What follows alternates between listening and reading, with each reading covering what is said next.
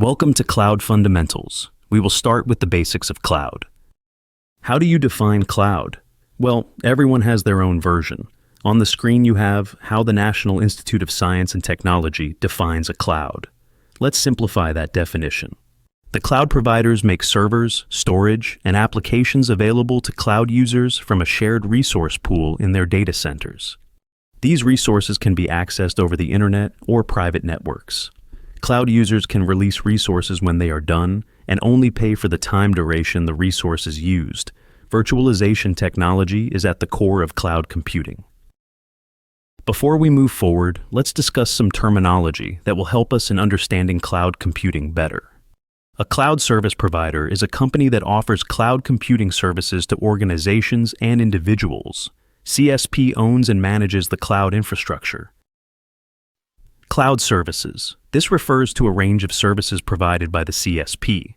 These services are categorized into different service models, each offering a distinct level of control, flexibility, and responsibility to both the service provider and the cloud user.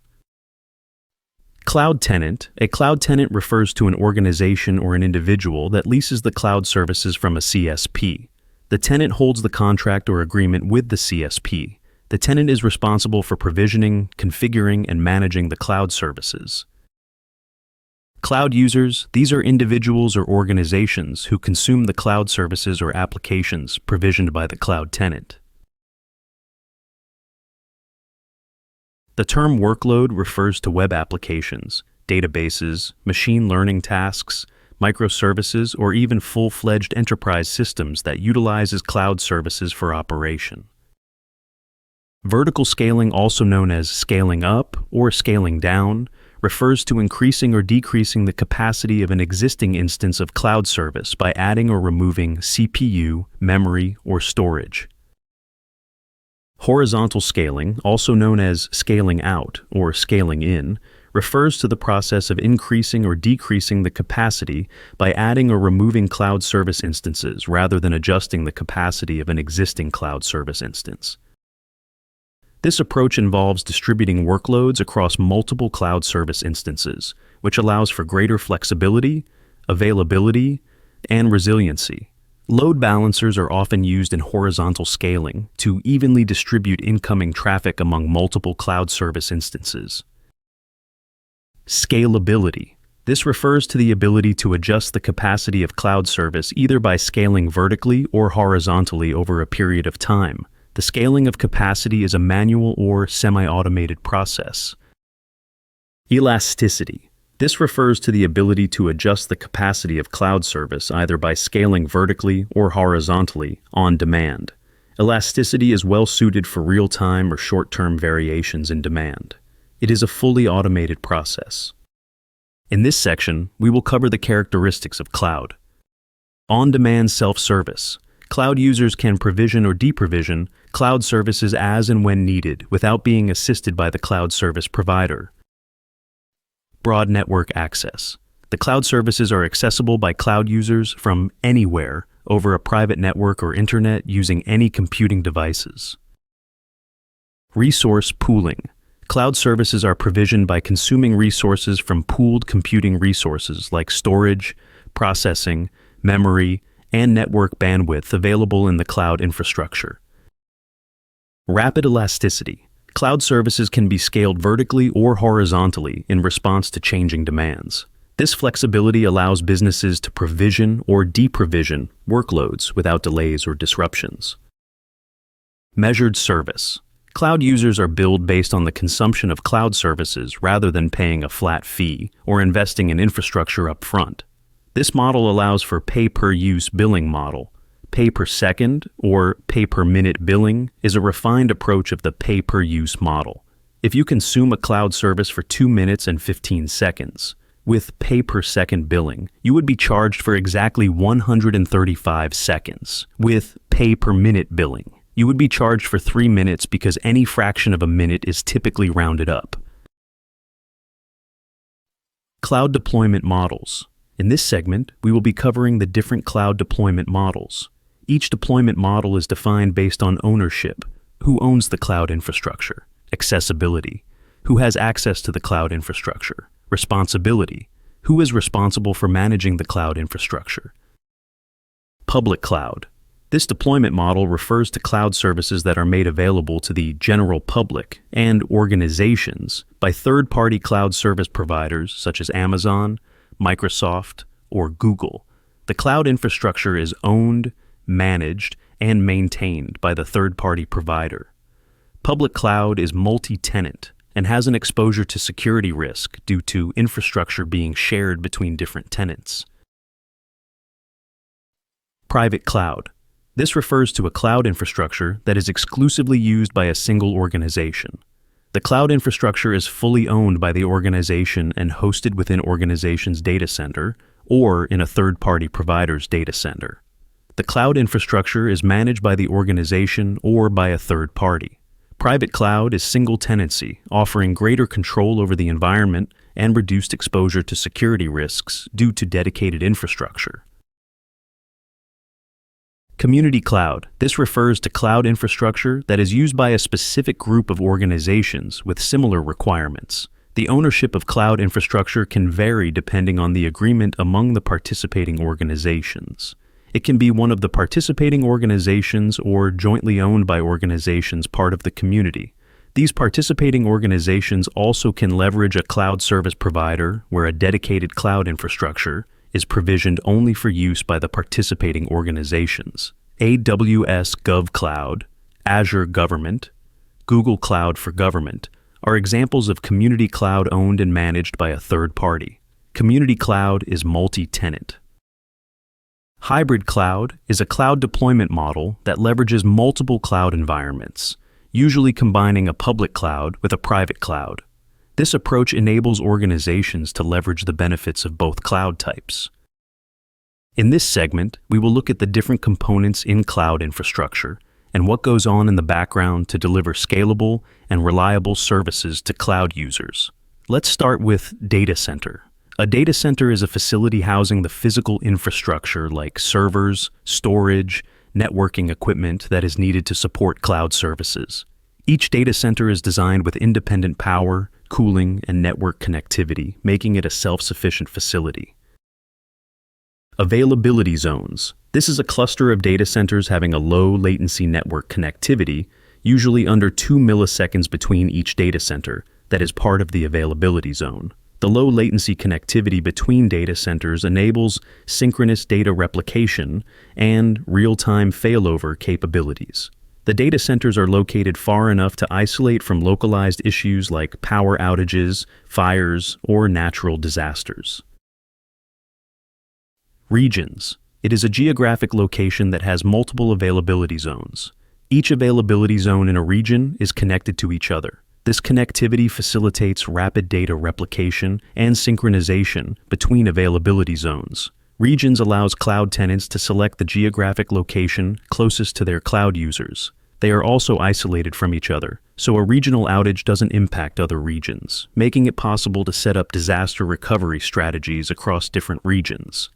In cloud infrastructure, the terms primary region and secondary region typically refer to a design pattern in which two distinct regions are designated to support disaster recovery, high availability, and business continuity. The primary region is where your main resources are hosted and where day-to-day operations occur. The secondary region acts as a backup or failover region. It usually provides a redundant environment in case the primary region becomes unavailable or fails.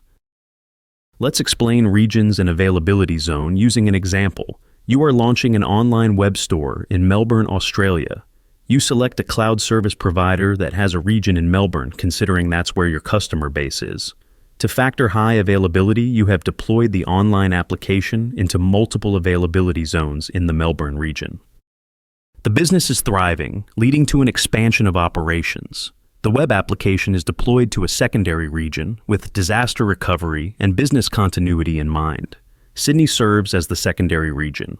In the event that the Melbourne region becomes unavailable, your business applications will fail over to Sydney. The user base of the online web store has expanded across various cities in Australia. Users in Western Australia have reported issues with slowness while accessing the web store. Upon comparing response time, it was observed that users closer to the region where the web application is hosted experience better performance. The users in Perth encountered degraded performance, with images taking an extended time to display in the browser. This is where an edge location in cloud proves to be useful. An edge location is a facility smaller, less expensive to set up than a data center. Cloud tenants make use of the edge location closer to cloud users or data sources to reduce latency by caching content or processing data locally. The web store's high-resolution images can now be cached at the cloud service provider's edge location in Perth. Previously, web browsers had to download the images from the Melbourne region, which is 3,000 kilometers away from the user's location. With the new setup, the web browser on the user's device can download the images from the edge location just 20 kilometers away, enhancing the user experience. The next topic is point of presence. Point of presence are generally part of cloud service providers' network infrastructure. They function as network access points that enable cloud users to connect to the provider's backbone network, allowing access to cloud services with minimal latency. Point of presence also offers caching capabilities, similar to edge locations. Some of the use cases of point of presence are routing of network traffic, online gaming, streaming of media contents, real-time data processing, website acceleration by caching content at point of presence location. Localzone. They are like mini data centers set up in highly populated metropolitan areas to bring cloud infrastructure closer to large user bases while delivering low latency access only to a subset of cloud services. Localzone has just one data center, unlike an availability zone. AWS refers to this as localzone. It's called edge zone in Azure, and GCP refers it to as distributed cloud edge. Shared responsibility model. This defines the responsibilities of cloud service provider and the cloud tenant. This model is fundamental to cloud security, ensuring that each party knows its role in protecting systems, applications, and data. Both cloud service provider and the cloud tenant must collaborate to ensure data protection, but the cloud tenant is ultimately responsible for securing their data in the cloud. The shared responsibilities vary based on the cloud service model chosen by the cloud tenant. A cloud service model is defined as how cloud services are delivered to cloud users. It defines the level of control, management, and responsibility shared between the cloud service provider and the cloud user. The three main cloud service models are infrastructure as a service, platform as a service, and software as a service. In the infrastructure as a service model, cloud users have the ability to provision virtual infrastructure components, including network, compute, storage, and their chosen operating system. They can then deploy their applications and data. The responsibility for managing the virtual infrastructure, operating system, applications, and data lies with the cloud users. Meanwhile, the cloud service provider is responsible for the physical infrastructure, such as data center, physical servers, leased lines, physical networks, storage devices, and other hardware. Examples of infrastructure as a service are Elastic Compute Cloud, Azure Virtual Machines, Google Compute Engine. Platform as a service. This service model provides a platform allowing cloud users to develop, run, and manage applications without the complexity of building and maintaining the underlying infrastructure. Platform as a service often includes integrated development tools, middleware, databases, business analytics, and other services that make application development easier and faster. The cloud service provider is responsible for securing the infrastructure, such as hardware, network, and operating system, including the platform and middleware components. The cloud user is responsible for securing their application code, data, and configurations within the platform. Examples of platform as a service are Microsoft Azure App Service, AWS Elastic Beanstalk, Google App Engine. Software as a service. In this service model, an application that provides a certain business functionality is made available to cloud users by the cloud service provider or by an application vendor that is leveraging cloud. Cloud users can access it from a web browser, mobile app, or lightweight client application. Cloud users are responsible for user onboarding, offboarding, data, and other governance aspects related to the application. The cloud service provider, or application vendor, is responsible for application and its availability, software updates, feature upgrades, bug fixes, servers, storage devices, networks, and infrastructure. Some of the examples of software as a service are Netflix, Salesforce, Zoom, and Dropbox. In this section, we will be covering the management, control, and data planes in cloud. Management plane is a layer which allows you to manage cloud resources. It is accessible over an interface. These interfaces can be a web console, tools, and command line that are provided by the respective cloud provider. Management plane interfaces in AWS are AWS Management Console, AWS CLI, AWS SDKs. In Azure, it is Azure Portal, Azure CLI, Azure PowerShell. In GCP, it is Google Cloud Console and G-Cloud CLI. From a security point of view, it is critical that only authorized personnel have access to management plane. The actions invoked at the management plane by the cloud admin is executed at the control plane layer. Decision on how the data must be routed within the data center, between data centers and internet, is made by the control plane. Data plane. While the routing decision is made by the control plane, the actual routing of data happens in the data plane layer. It is also responsible for the processing and storing of data in cloud. Let's explain management, control, and data planes using an example. A cloud user is using AWS CLI to upload a Word document from their desktop to AWS S3 bucket. Let's dive into the details of how management, control, and data plane work in the background. Here, AWS CLI is the management plane. The user makes use of AWS management plane to upload the document. The management plane passes on the document and the name of the S3 bucket to the AWS control plane. Control plane then decides the network path to route the document internally within AWS data center to the S3 bucket. It then passes on the details of network path, the document, and the name of the S3 bucket to data plane. The data plane uses the network path set by control plane to route the document to S3 services and stores the document in the S3 bucket. Thank you for learning with us, and I'll see you in the next video.